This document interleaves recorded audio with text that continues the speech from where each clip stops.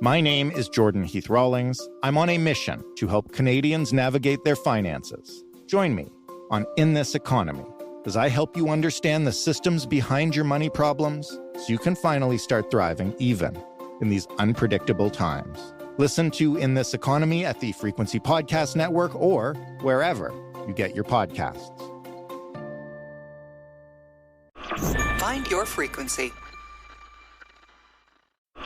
You're listening to a Frequency Podcast Network production. Hey, it's Jordan. Before we serve up this week's episode of In This Economy, I wanted to remind you, you can get these episodes 2 days early every Thursday by subscribing or following In This Economy in its own podcast feed, wherever you get podcasts. Plus, you will get some bonus episodes as we go, including one that's there already if you want to check it out, that features myself and producer Steph Phillips chatting about why the heck we did this thing in the first place. For now, of course, you'll find every episode here on Saturdays. But if you want it early and you like the show, we hope you'll find us over there and give us a follow. Enjoy the show. Hi, Jordan. My name is Suki, and I live in Owen Sound, Ontario. I want to buy a car in the next 6 months, but I'm nervous about navigating the current market. That's our producer, Ali, reading an email that we got from a listener. Suki wrote into this show to find out how she can afford a car right now and what she needs to know before starting to shop. I'm interested in purchasing a plug-in hybrid to support EV car production in Canada and beyond, and to reduce my monthly expenses. Suki knows that electric vehicles are not cheap, so she has been saving up for this big purchase. My budget is about $20,000, and I'm willing to make some small monthly payments beyond that down payment, but not more than $200 a month. I want to avoid additional payments if possible because there are other costs like insurance and maintenance that I need to budget for.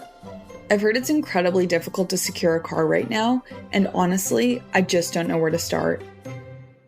How did we get to this place in the market, and can I possibly afford a car I actually want? I'm Jordan Heath Rawlings, and you're listening to In This Economy, a show that helps you understand the systems that create our money problems, from grocery bills to mortgage renewals, car purchases, and everything in between. Each episode, I talk to a person facing a financial challenge, and then an expert who knows that area of the economy intimately and can explain the factors behind the money and offer, if not perfect solutions, then options, things you can do, even in this economy. If you've turned on the TV anytime in the last several decades, it'd be hard to believe the car industry has ever changed much at all. The sleazy car salesman trope is practically evergreen no matter which year it is, and if you still have cable, the trucks and the sports cars are ripping down the same mud trails and mountainside winding roads and the same commercials as they always have. But despite appearances, experts like Lorraine Sommerfeld say that the industry is a very different place for consumers, especially when you compare it to the first time that she walked into a dealership. Do you remember buying your first car? Yeah, my dad had to co-sign for it. I think I was 20. It was an 84 Caravan. Remember when they introduced minivans? I thought I was really cool. I was not. But the payments were $248.16 a month. And that was 40 years ago. So yeah, you remember that. You remember your first car. Lorraine has spent the past 15 years helping people decipher the incredibly complex and confusing auto industry. She writes Driving.ca's column, Lorraine Explains. She hosts the Driving Podcast, and as you will discover, she's also just a delight to talk cars with. If you had to break down the current state of the car market in Canada, how would you describe it? How far are we from when you bought your first car? Well, I think breakdown is a really good word. That's what people are experiencing right now when they're looking to buy new cars. Costs have gone through the roof. Inventory has tumbled through the floor.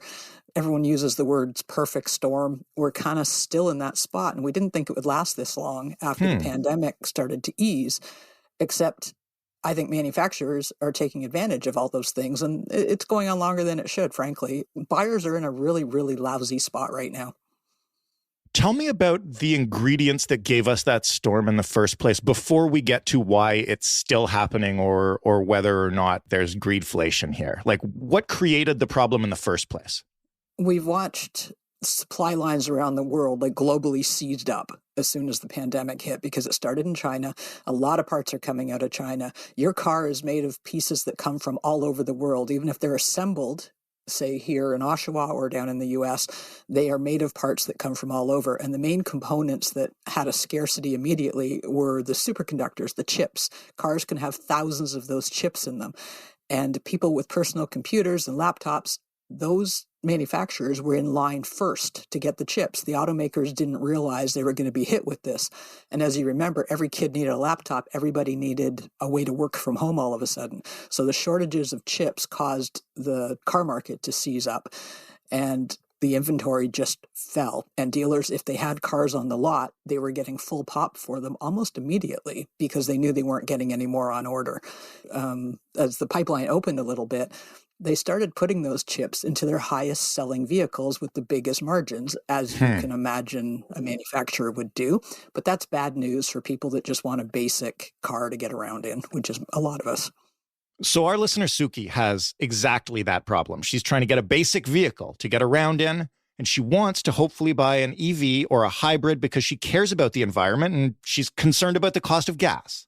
But she's not looking for like a top-of-the-line Tesla. She's got a budget of $20,000. How close is that to what we're talking about and what she's looking for?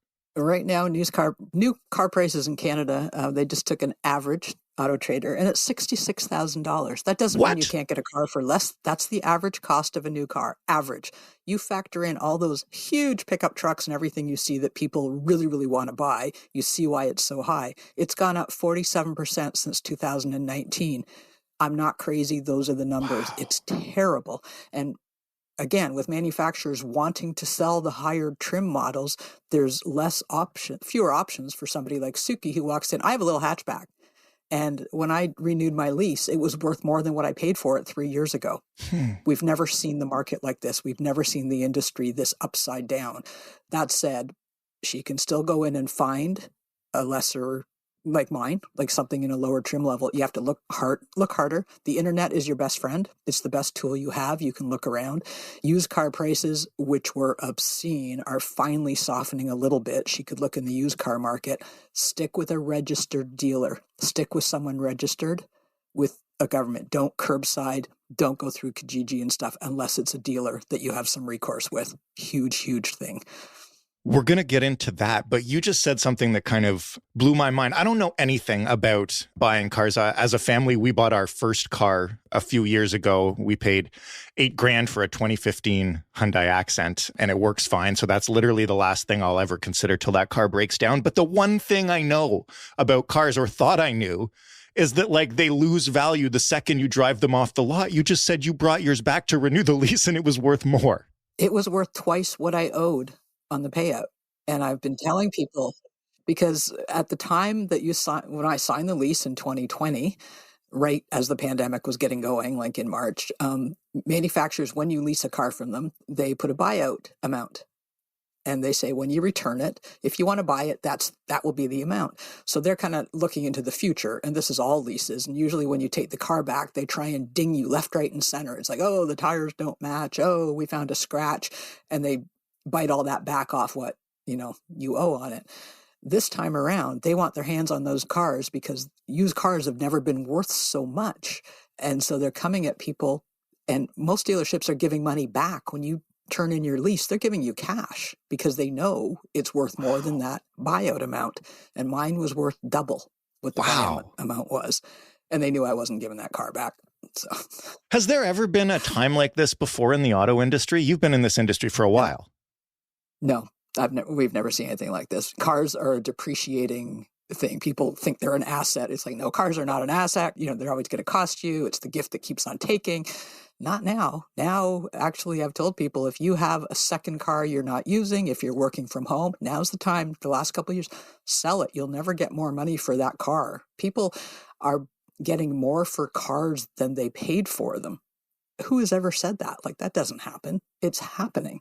And new cars are costing the same as used cars. Someone goes in to get a used car and they find out a new one costs the same.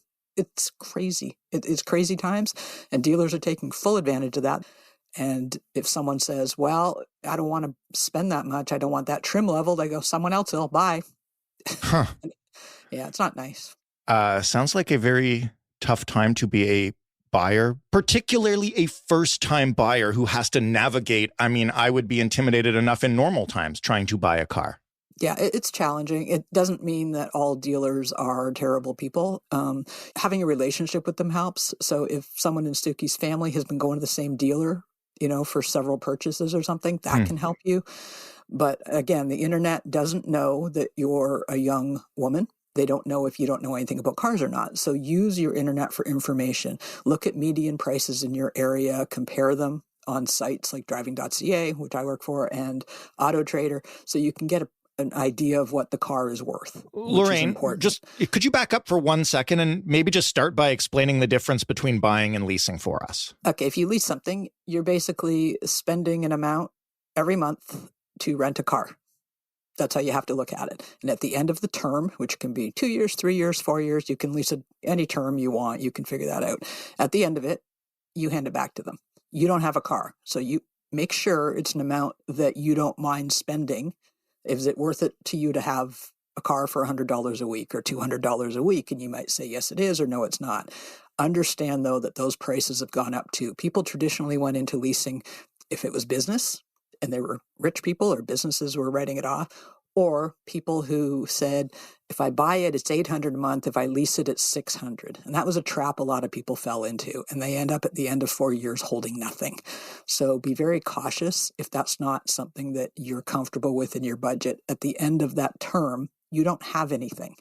So if you like having a new car all the time, it might be for you. It might be a cheap way to keep you in a new car. And there's some seniors, I say, this is to keep warranty and to have, no hassles. It might be a great idea to do that. Generally speaking, you should be trying to buy this car so you're not constantly having a car payment for the rest of your life. I feel like for first-time buyers, for young people, that's really not a good option because you need that, or you at least want that car to work for a decade or more. And cars they're better built than ever. They're safer than ever. You should be able to put a lot of kilometers on a new car, maintain it, take care of it. You should be able to do that. So if there's a way, buy as much car as you can for your budget and then take care of it. But they were going to try and push you into a longer payment period, a longer loan period. That's their job. They're going to suggest you lease. It's going to look attractive when you're sitting there and you can't afford the one you want. And they make a way for you to afford it. You can get a little swirly. And that's where you have to kind of go in already knowing what you're going to do. You just described the shortages of superconductors and other things that led to these crazy spikes in prices.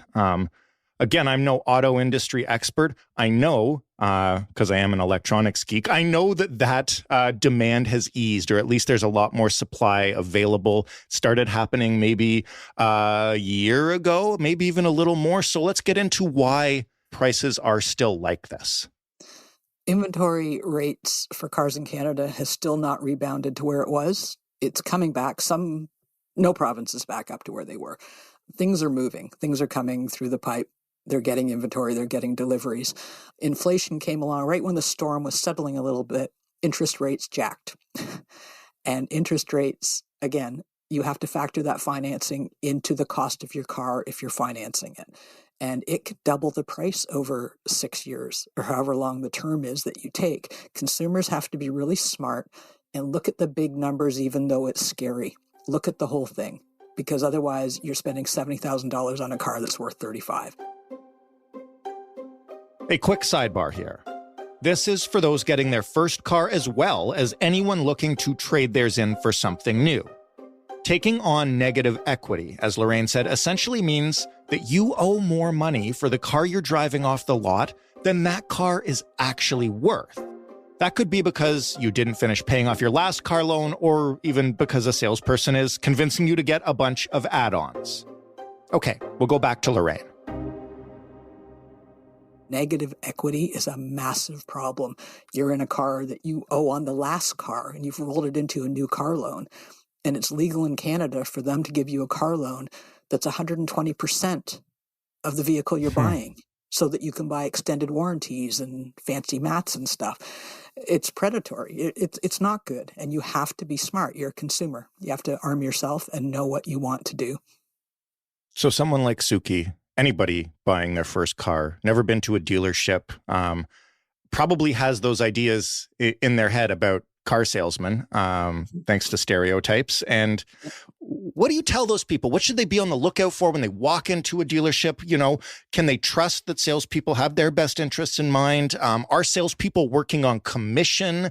What do you do here? What's the actual lay of the land? When you walk in a dealership, the first thing a sales rep, they'll come up to you and they'll say, how much do you have to spend a month? No. Don't buy a car by the month. Buy the whole thing. If your budget's $20,000, don't get them to break it into a monthly thing, because all they'll do is say, well, that's not enough. But if we go to a 7-year loan or an 8-year loan or a 9-year loan, and that's how they shoehorn you into a car you can't afford. So don't be pushed off with a monthly amount, and they will focus on that monthly amount until they grind you down. Don't let them. You have a number. Stick with that number. There's charges on top of that. We can talk about which ones are fair and which ones aren't, but stick with that number. They are working on commission. There are some snakes and sharks. There are some very good people. Again, if you know anyone who has some good experiences with a local, the same way you find a mechanic or a doctor. So talk to people that you know in your families and friends. I've got an awesome car salesman I've dealt with for 20 years. I send him so much business.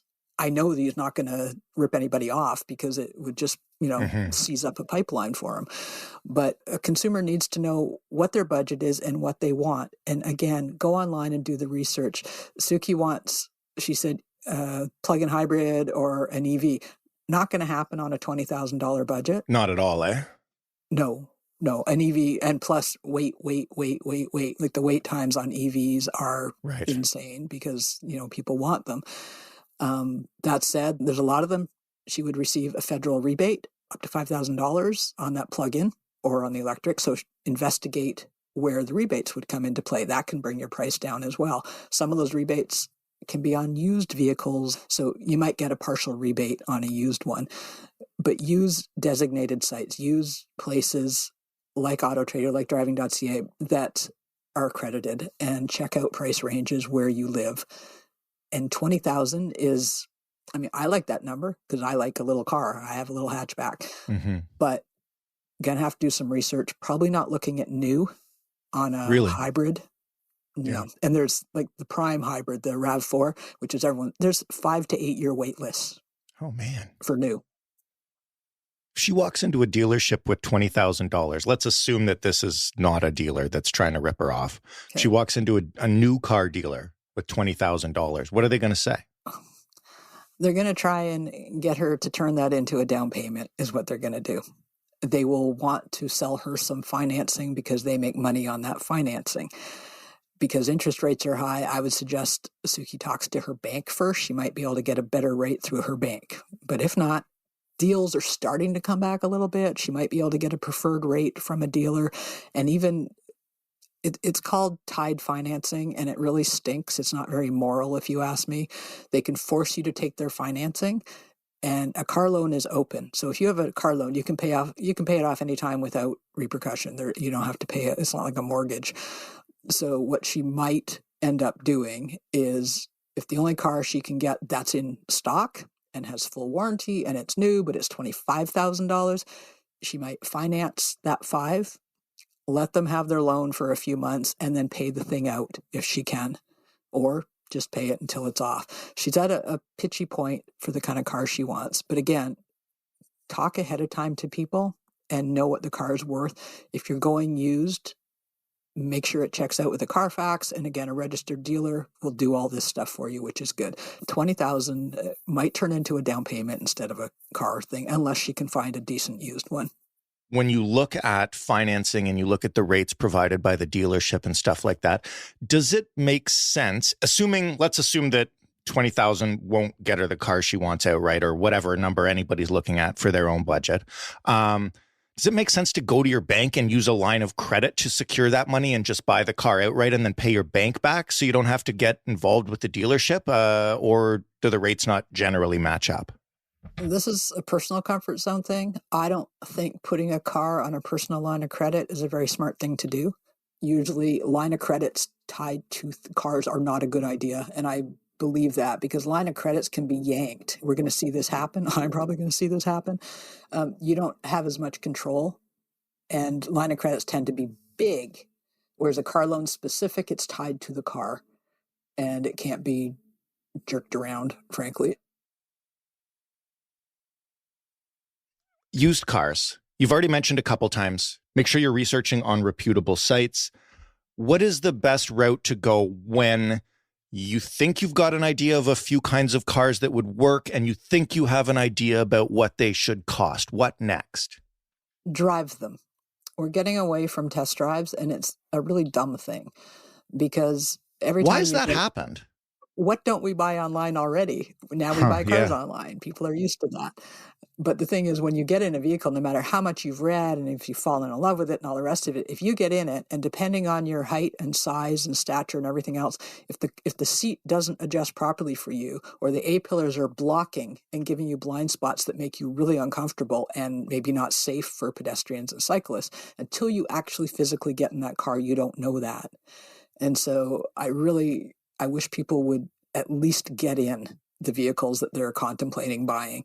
And some of the online sites where they deliver it to you, they give you 30 days to change your mind. And that's why, because it's important that you're comfortable in it. And again, different cars fit different people. I have a son who's 6'4". He fills a doorway. Mm-hmm. And I always use press cars as the test, the Christopher test. Like, can he get in it? Can he drive it? So, figure out if other people are driving this car, bring them with you. If you have car seats, bring the car seats with you to see if they fit. If you play hockey or your kid plays hockey, does the gear fit in the back? That's the Canadian reference. Right. I use golf clubs for that test. Yep. And I got to take a couple out of the bag and wedge them in sideways. Because we bought a small car because guess what? It was the middle of the pandemic and it was what we could get. Oh, yeah. Okay, so where do you buy used cars? I know that you mentioned drive.ca and you mentioned Auto Trader. Is it just those sites? Where should they start looking? Pick Auto Trader. They're huge. You can go in and put in parameters, including geographical ones, where you live, what you're looking for, price ranges, mileage, and you can compare apples and apples because there'll be a whole bunch of the same car. And you throw out the top, you throw out the bottom, and then you're looking at the ones in between. It gives you an idea of if you are being realistic in your budget. It will tell you that. You might have to alter your expectations based on what's available, but at least you'll know, okay, it's me, not them, because they're all selling this thing. I can't recommend enough that you go to a regulated, registered seller. I do a lot of work with OMVIC in Ontario. If something goes wrong and it's an OMVIC seller, they have a fund where you can get your money back and you can have recourse. Another quick sidebar. For those who don't know, OMVIC stands for the Ontario Motor Vehicle Industry Council, and essentially, their job is to keep the marketplace fair and customers informed and protected. Dealers and salespeople in Ontario have to register with OMVIC, which ensures that you're protected if something goes sideways. Most provinces and territories have roughly similar regulatory bodies. For example, BC has the Motor Vehicle Sales Authority. Okay, we'll go back to Lorraine now. If you buy from someone by the side of the road or in a parking lot, you're beat. You're out. So if that car is stolen and you don't know it, and people are revinning now, theft is huge, especially Ontario and Quebec.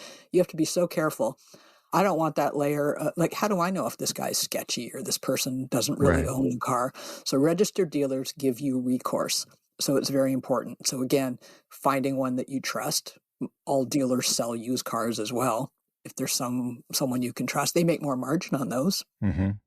So you can know that. And a lot of people will go, well, but ask around. If someone's grandma's ditching their car or someone's going from 2 cars to 1 car, ask in your networks if anyone's looking. Because I'm telling people to unload cars now, they can get the most for them. Right. But that's another way you can come across. Might be a dumb question. How do I know if a dealer is registered and reputable? There's certificates right when they go in Ontario. they have to be registered with OMVIC, and there's Used Car Dealer Association as well. It'll be stickers on the door, and on a contract here, there's an OMVIC line, $10. That's the funding they get because they are not funded by the government. So on a sales contract, it says OMVIC $10, and that goes to them. So so any dealer you drive by or see, they're all OMVIC. Every salesperson is certificated, which is not a word, by OMVIC. So that gives you recourse, and you have to do it. If you just call up someone on Kijiji because they're running a car and they don't say they're a dealer and they meet you in a parking lot, that's not a registered dealer. Right. Stay away. Can you bargain for either a new or a used car on the spot when you show up at the lot? Used to be able to. Everything's been selling at over list now since 2020. Right. We're starting to see some movement in some deals. Mostly it's going to be on interest rates because they'll go there first. It's still a seller's market, very much so, and I'm not going to kid anybody that. And the other thing is, if you absolutely batter someone to sell you a car for $100 over cost, they're not going to be real happy dealing with you later. You want someone on your side when warranty stuff goes sideways. What's the difference when it comes to buying used for hybrids and EVs? Is there any difference in terms of what you should check for, what you should know? Batteries are the big deal. Batteries cost a lot of money. If you're buying a used EV, most people are getting a little bit jumpy about, okay, battery has an 8-year warranty on it. I'm buying a 6-year-old one. Is it going to cost me, there's horror stories, $30,000 for a battery, $18,000 for a battery. So ask those questions. Go to the manufacturer's websites. Ask them questions as well. There's deals to be had. We're going to see EVs as they come into the market, also coming into the used market. That's normal. That's part of the system. I wouldn't buy a hybrid or an EV used except from the person or dealer that specializes in that brand. What other costs are associated with purchasing a car that Suki should budget for, that she should be prepared to pay on the spot? Like if we're looking at a car that's $18,999 on the ticket. What does that add up to after all the fees are included? And then what else should she be budgeting for in the months to come afterwards? Depending on what province she's in Ontario, the advertised price anywhere online, on a sticker on the car, anywhere, that price has to be the price except for taxes and license.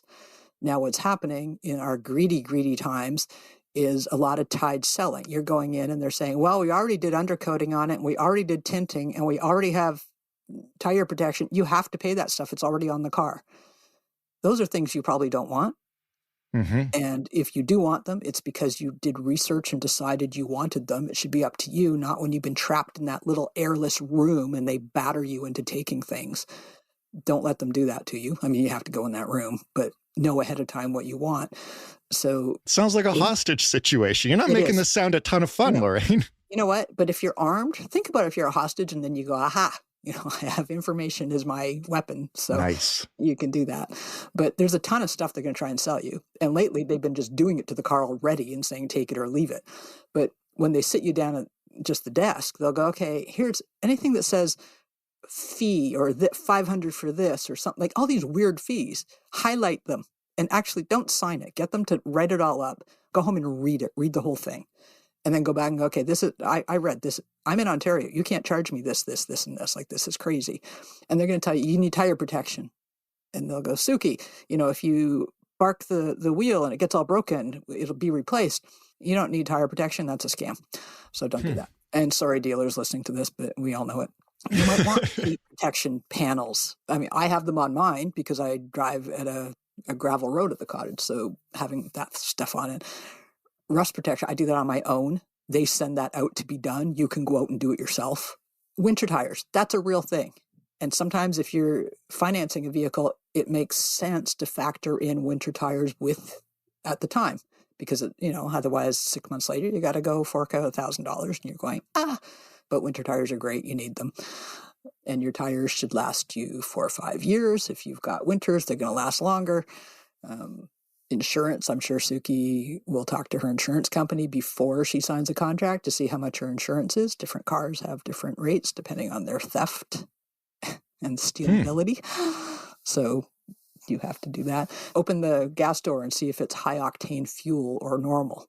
That will cost you a ton more at the pump. And a lot of people don't realize, oh, I'm so excited. I got my new Mini. I love it. And they go, it's high octane. So that's something to check for. Let's talk about the moment of truth for a second, because you just mentioned being in that room. And then you said, take a look at the contract and highlight the stuff you don't understand and take it home and read it and then come back. What happens when you're at that contract point and then you start looking at it and you're like, you say, hey, excuse me, I want to walk away with this and I want to go look at it and research some things. And then I'll come back tomorrow and we can discuss it some more. What happens in that moment? Oh, they go, well, I can't guarantee you that price tomorrow. And that's when you go, okay. No, anytime you feel uncomfortable, your feet are the best thing you possess. Walk out. The second you sign a contract, and some of them, I've had readers that have contacted me going, I signed, they told me it was just like a quote, and then they get home and they realize it's a contract. There's no cooling off period. If you sign a contract, you have to honor that contract. And the only way they're going to break it is if they can get you into maybe another car. So you're still there at the dealership. Not everyone is terrible. If you've made a mistake, they'll try and, help you buy something that you do want. But technically speaking, they got the signature, you got the car. So if you're not sure, take your time. Leave. They should want the sale more than they should want the sale right this second. So take the information. Ask them. Make them write it down. Everything has to be written down. If they go, listen, when it comes in, don't worry, we're going to remove that from the deal. No, they're not.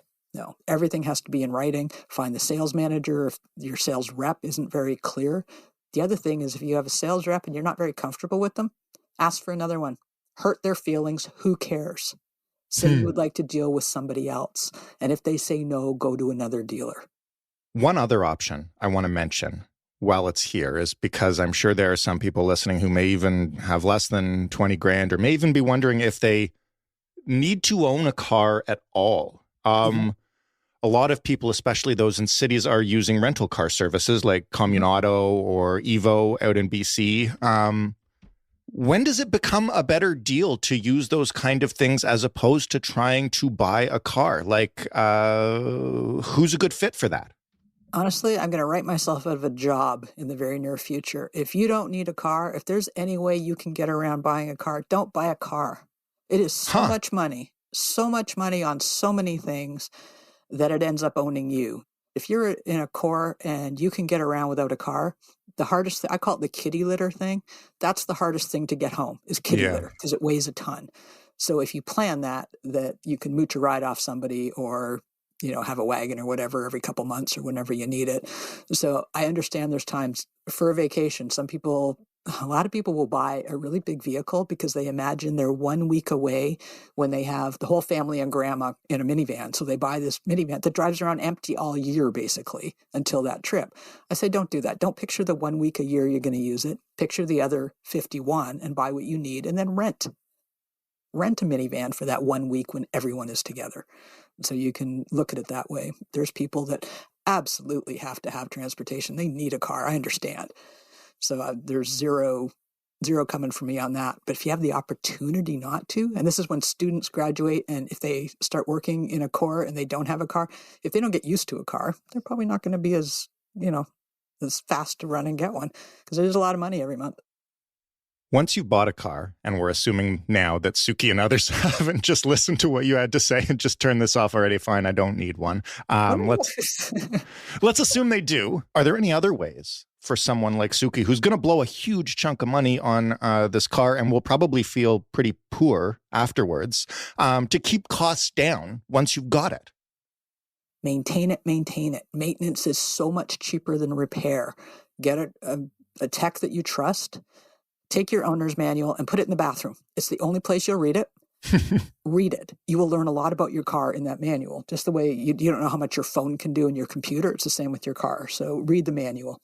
I would say get a dash cam which I know sounds a little crazy, but you can get one for like $100, $120. A dash cam will babysit your car when you're not in it.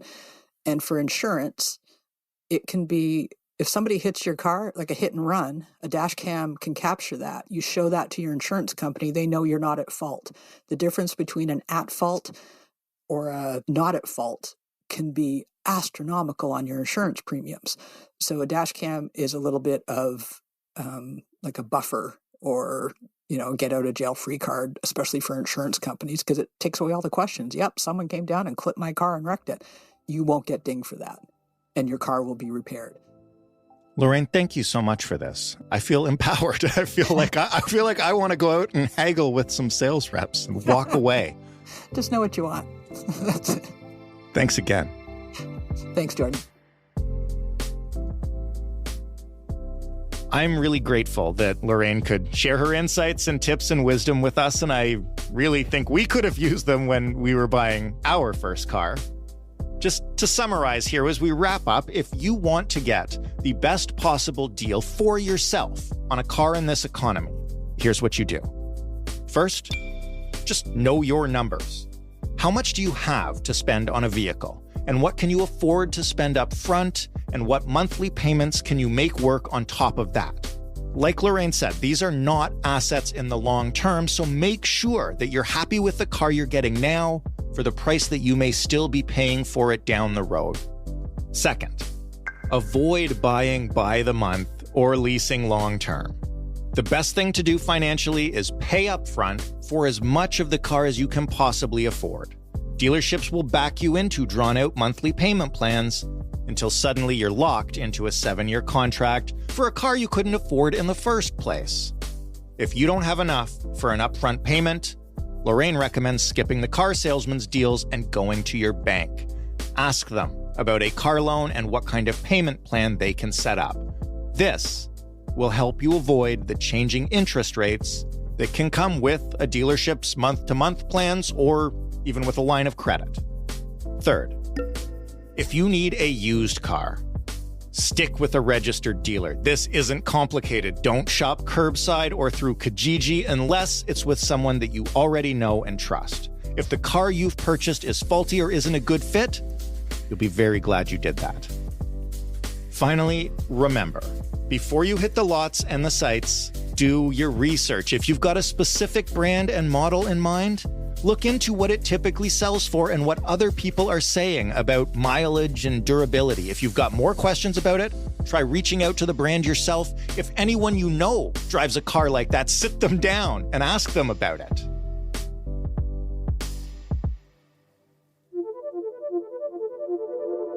I want to thank Lorraine again for being our expert on this episode. You can read her insights and updates on the Canadian auto industry at driving.ca. You can listen to them on her show, The Driving Podcast. And thank you, of course, to Suki for writing into the show and asking us to look into this. It was a fascinating trip into a world a lot of us don't spend much time in. If you'd like to share your problems with us, you can email us at hello@itepod.ca, or you can call us and leave us a voicemail. The number is 416-935-5935.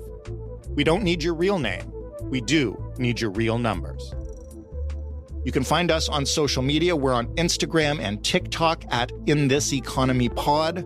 If you liked this show, if you want more of this show, if you want to share us with anybody, we would be most appreciative. You can do that by liking, by rating, by reviewing, by subscribing, by following, by doing whatever your favorite podcast app asks you to do. I'm your host and executive producer, Jordan Heath Rawlings. This episode was written and produced by Ali Graham. The sound design was done by Ryan Clark, and the story was edited by Stephanie Phillips. Mary Jubrin is our digital editor. Diana Kay is our manager of business development. Together, we make up the Frequency Podcast Network. Thanks again for listening. We'll talk to you next week on In This Economy,